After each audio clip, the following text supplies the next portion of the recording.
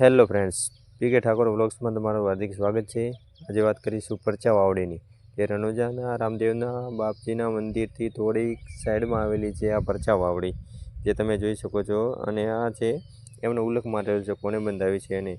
અને બીજી એ માન્યતા છે કે તમે આ જે સીડીઓ જોઈ શકો છો, સીડી તમે ઉપરથી નીચે પગથિયા કરતાં જશો તો અલગ નંબર આવશે, અને નીચેથી ઉપર જશો તો બી અલગ અલગ નંબર આવશે। અને આ વાવડી રેડ સ્ટોન, ગુજરાતીમાં કહેવાનો મતલબ કે લાલ કલરના પથ્થરથી બનેલી છે। ચલો આપણે અંદર જઈને વાત કરીશું, જ્યાં અહીંયા બંધ કરેલું છે અને ધકે જતા રામદેવ બાપજીનું મંદિર આવેલું છે, એ પણ તમે જોઈ શકો છો। અહીંયાથી દર્શન પણ થઈ શકે છે।